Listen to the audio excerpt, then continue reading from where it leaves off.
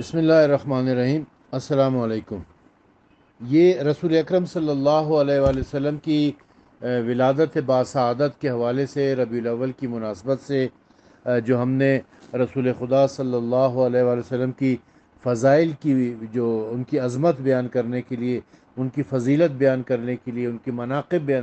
بیان کرنے کا جو ایک سلسلہ شروع کیا ہے، اس میں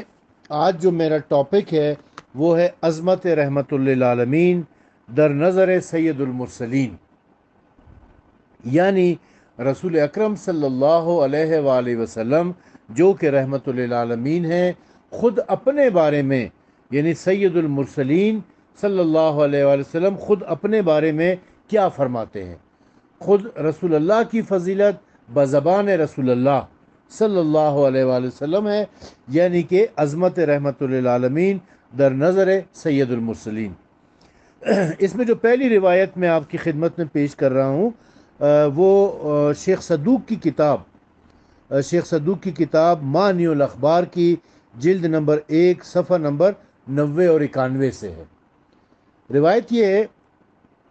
کہ حضرت جابر بن عبداللہ انصاری رضی اللہ تعالیٰ عنہ فرماتے ہیں کہ میں نے رسول اکرم صلی اللہ علیہ وآلہ وسلم سے سنا کہ آپ صلی اللہ علیہ وسلم نے ارشاد فرمایا کہ میں آدم علیہ السلام سے لوگوں میں سب سے زیادہ مشابہ ہوں۔ ابراہیم علیہ السلام لوگوں میں مجھ سے خلقت اور اخلاق کے اعتبار سے سب سے زیادہ مشابہ ہیں۔ اللہ نے اپنے عرش کے اوپر سے مجھے 10 ناموں سے موسوم کیا ہے۔ اللہ نے میری صفت بیان کی ہے اور میرے بارے میں ہر اس رسول کی زبانی بشارت دی ہے کہ جس کو اس کی قوم کی جانب مبعوث کیا گیا ہے۔ اللہ نے میرا نام رکھا ہے اور میرے نام کو توریت میں نشر کیا ہے، اور اہل توریت اور اہل انجیل کے درمیان میرے ذکر کو آشکارا کیا ہے۔ مجھے اپنے کلام کی تعلیم دی ہے اور اپنے آسمان میں بلند کیا ہے، اور میرے لیے اپنے ناموں میں سے ایک نام کو نکالا ہے، تو اس نے مجھے محمد صلی اللہ علیہ وآلہ وسلم سے موسوم کیا ہے، جبکہ وہ یعنی اللہ تعالیٰ خود محمود ہے،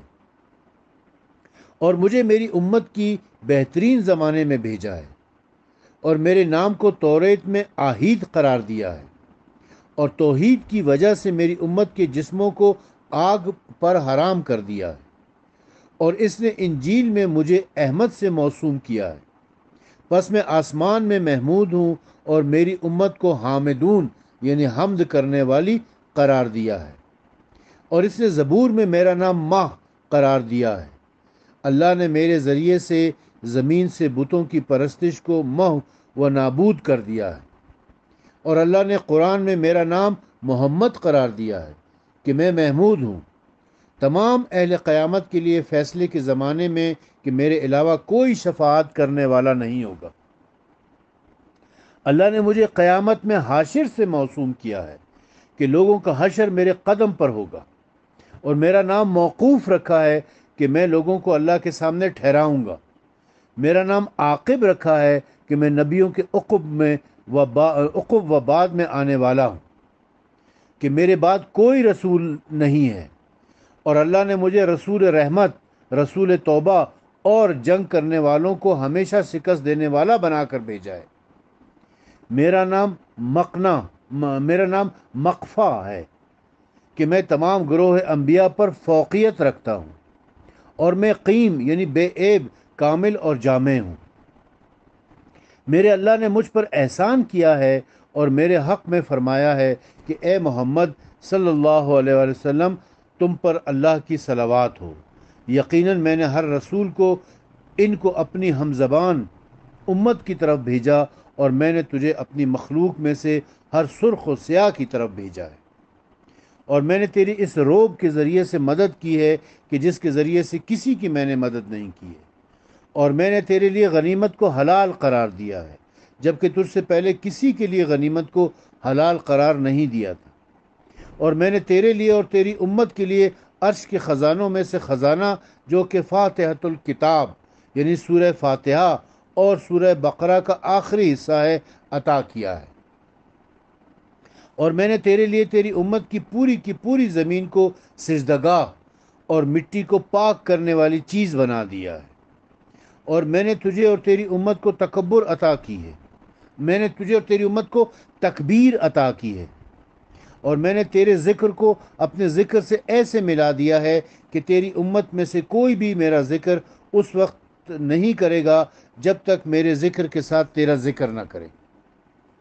تو سعادت مندی تو سعادت مندی ہے اے محمد صلی اللہ علیہ وآلہ وسلم اور تیری امت کے لیے۔ اسی کتاب سے یعنی مانع الاخبار جو کہ علامہ شیخ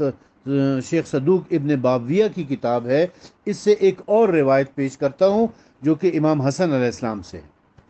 امام حسن علیہ السلام نے بیان کیا ہے کہ یہودیوں میں سے ایک شخص نے رسول اللہ صلی اللہ علیہ وآلہ وسلم کی خدمت میں حاضر ہوا اور آپ صلی اللہ علیہ وسلم سے کافی علمی سوالات کیے۔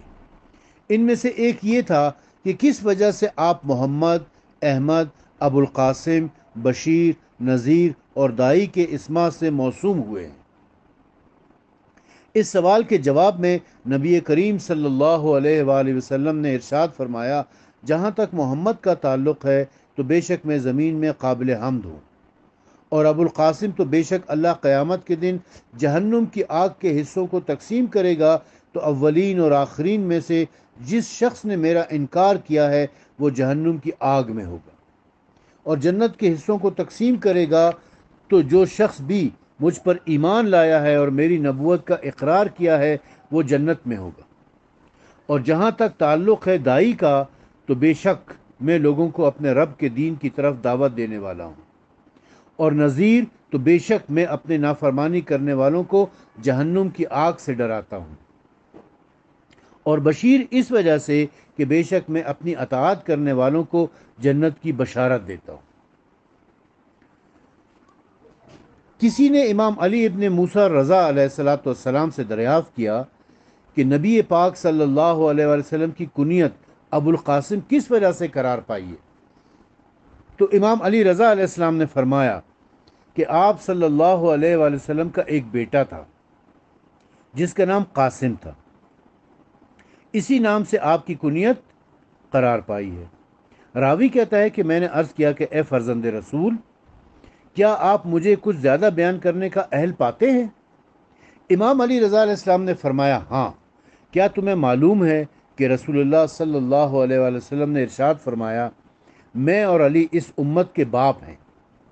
میں نے عرض کیا کہ یقیناً۔ امام رضا علیہ السلام نے فرمایا، کیا تمہیں معلوم ہے کہ رسول اللہ صلی اللہ علیہ وآلہ وسلم نے اپنی پوری امت کے باپ ہیں، اور امام علی علیہ السلام امت میں رسول اللہ صلی اللہ علیہ وآلہ وسلم کی سی منزلت رکھتے ہیں؟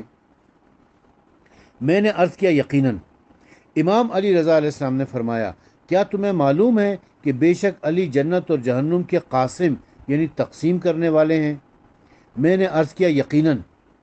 امام علی رضا علیہ السلام نے فرمایا، تو رسول اللہ صلی اللہ علیہ وآلہ وسلم کو ابو القاسم یعنی قاسم کا باپ کہا جاتا ہے، چونکہ آپ جنت اور جہنم کے قاسم کے باپ ہیں، یعنی علی علیہ السلام جنت اور جہنم کے تقسیم کرنے والے ہیں، اور رسول اکرم صلی اللہ علیہ وآلہ وسلم علی علیہ السلام کے باپ کی جگہ پر ہیں۔ راوی کہتا ہے کہ میں نے امام رضا علیہ السلام سے عرض کیا کہ اس کا کیا مطلب ہے؟ آپ صلی اللہ علیہ وسلم نے فرمایا، بے شک نبی کریم صلی اللہ علیہ وآلہ وسلم کی اپنی امت میں شفقت ایسی ہی ہے جیسے باپ کی شفقت اپنی اولاد پر ہوتی ہے، اور نبی کی امت میں سب سے افضل امام علی علیہ السلام ہیں، اور آپ کے بعد امام علی علیہ السلام کی امت پر شفقت آپ جیسی ہی رہی، چونکہ امام علی علیہ السلام آپ کے وصی، خلیفہ اور ان کے بعد امام ہیں۔ پھر امام رضا علیہ السلام نے فرمایا کہ رسول اللہ صلی اللہ علیہ وآلہ وسلم نے ارشاد فرمایا، میں اور علی اس امت کے باپ ہیں۔ اور نبی کریم صلی اللہ علیہ وسلم ممبر پر تشریف فرما ہوئے اور پھر فرمایا، جو شخص مر جائے اور قرضہ یا طلب شدہ مال کی ذمہ داری چھوڑ جائے تو وہ مجھ پر ہے اور میری جانب کہ میں ان کے حقداروں تک پہنچاؤں گا، اور جو کوئی مر جائے اور مال چھوڑ جائے تو وہ ان کے وارثوں کے لیے۔ امام رضا علیہ السلام فرماتے ہیں، تو اس طرح آپ اس سلسلے میں ان کے باپ اور ماں سے بہتر ہوئے کہ جو ذمہ داری ماں باپ بھی نہیں اٹھاتے ہیں آپ نے اٹھا لی ہے، یعنی آپ صلی اللہ علیہ وسلم نے اٹھا لی ہے، اور آپ ان کے نفسوں سے بھی ان پر اولا ہو گئے۔ اور اسی طرح امیر المومنین علیہ السلام آپ کے بعد اس طریقے کو اس انداز سے جاری فرمایا جس انداز سے رسول اللہ صلی اللہ علیہ وآلہ وسلم نے جاری فرمایا تھا۔ مانع الاخبار از علامہ شیخ صدوق ابن بابویہ، جلد نمبر 1، صفحہ نمبر 91 تا 92۔ ایک اور روایت جو صحابی رسول حضرت جابر بن عبداللہ انصاری رضی اللہ تعالیٰ عنہ سے ہے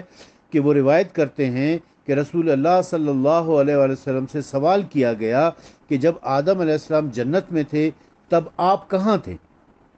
آپ صلی اللہ علیہ وسلم نے ارشاد فرمایا، میں ان کے صلب میں تھا اور مجھے ان کے صلب میں ہونے کی حالت میں زمین کی طرف اتارا گیا۔ میں اپنے والد نوح علیہ السلام کے صلب میں کشتی میں سوار تھا، اور میں صلب ابراہیم علیہ السلام میں تھا جب انہیں آگ میں پھینکا گیا، اور میرے والدین کبھی بھی گناہوں سے آلودہ نہیں ہوئے۔ اللہ مجھے مسلسل پاکیزہ صلبوں سے طاہر اور مطہر رحموں کی طرف منتقل کرتا رہا ہے کہ جو ہادی تھے اور ہدایت یافتہ تھے، یہاں تک کہ اللہ نے مجھ سے نبوت کا عہد اور اسلام کا میثاق لیا اور میری صفتوں میں سے ہر چیز کو بیان کر دیا، اور توریت اور انجیل میں ذکر کو ثابت کیا، اور مجھے اپنے آسمان کی جانب بلند کیا، اور میرے لیے اپنے ناموں میں سے ایک نام کو نکالا کہ میری امت کا نام حامدون یعنی حمد کرنے والے ہے، اور صاحب عرش پروردگار محمود ہے، اور میں محمد ہوں صلی اللہ علیہ وآلہ وسلم۔ امام جعفر صادق علیہ السلام روایت کرتے ہیں کہ ایک مرتبہ رسول اللہ صلی اللہ علیہ وآلہ وسلم بیٹھے ہوئے تھے اور ان کے پاس علی اور فاطمہ اور حسن اور حسین علیہ السلام موجود تھے۔ تو اس وقت آپ صلی اللہ علیہ وآلہ وسلم نے ارشاد فرمایا، اس کی قسم جس نے مجھے حق کے ساتھ خوشخبری دینے والا بنا کر بھیجا ہے، کوئی سطح زمین پر ایسی مخلوق نہیں ہے کہ جو اللہ کی بارگاہ میں ہم سے زیادہ محبوب اور قابل عزت ہو۔ بے شک اللہ نے اپنے نام میں سے میرے لیے نام نکالا ہے، پس وہ محمود ہے اور میں محمد صلی اللہ علیہ وآلہ وسلم ہوں۔ اور اس نے اے علی تمہارے لیے اپنے ناموں میں سے نام نکالا ہے، پس وہ اعلیٰ ہے اور تم علی ہو۔ اور اے حسن اللہ تعالیٰ نے تمہارے لیے اپنے ناموں میں سے ایک نام نکالا ہے کہ وہ محسن ہے اور تم حسن ہو۔ اور اے حسین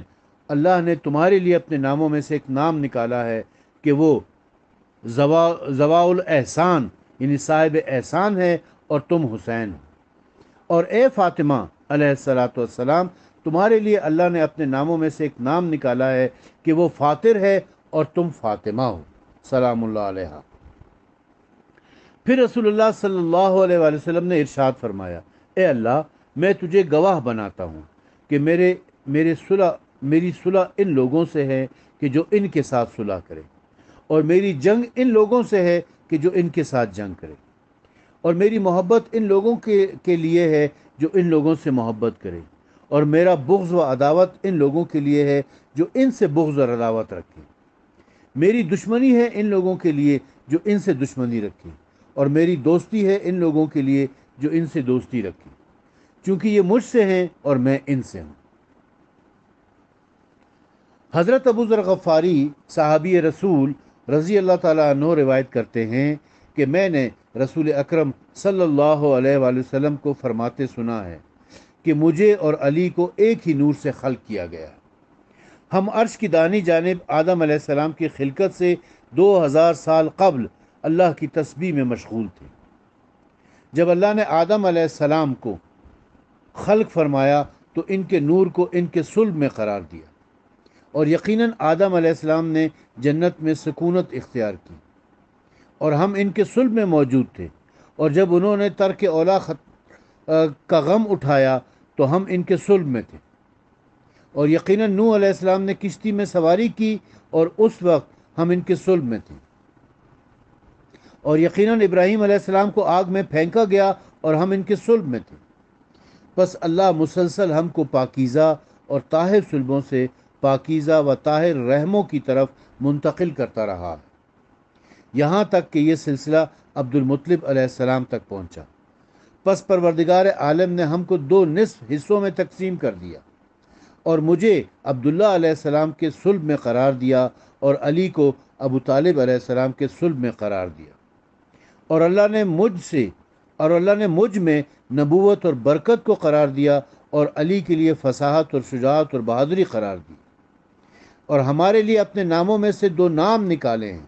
پس وہ صاحب عرش محمود ہے اور میں محمد ہوں، اور وہ اعلیٰ ہے اور یہ علی ہے۔ رسول اللہ صلی اللہ علیہ وآلہ وسلم نے حضرت امام علی علیہ السلام سے فرمایا، جس کا ذکر عزیز و جلیل ہے نے آدم علیہ السلام کو خلق فرمایا اور ان میں اپنی روح میں سے پھونکا، اور اللہ کے فرشتوں نے سجدہ کیا، اور خدا نے ان کو جنت میں ٹھہرایا اور اپنی کنیز حوا سے ان کی تزویج کروائی۔ تو اس وقت آدم علیہ السلام نے اپنی آنکھوں کے گوشے کو عرش کی طرف اٹھایا، عرش کی طرف دیکھا تو وہاں پر 5 سطریں لکھی ہوئی تھی۔ آدم علیہ السلام نے کہا کہ اے پروردگار، یہ کون لوگ ہیں؟ اللہ نے ارشاد فرمایا، یہ وہ لوگ ہیں کہ جب لوگ ان کو میری بارگاہ میں شفیع بنائیں گے تو میں اپنے خلق کے لیے ان بزرگ ہستیوں کی شفاعت قبول کروں گا۔ پھر آدم علیہ السلام نے فرمایا کہ اے اللہ، تیرے نزدیک ان کی قدر و منزلت کی قسم، ان کے نام کیا ہیں؟ ان میں جو پہلا ہے، اللہ تعالیٰ نے فرمایا، ان میں جو پہلا ہے وہ محمد ہے، دوسرا ہے وہ علی ہے، تیسرے فاطمہ ہیں، چوتھا حسن ہے، اور 5ویں حسین علیہ الصلاۃ والسلام۔ یہ آج ہم نے آپ کی خدمت میں عظمت رحمت للعالمین در نظر سید المرسلین پیش کی ہے۔ کل انشاءاللہ مزید اس کو آگے بڑھائیں گے۔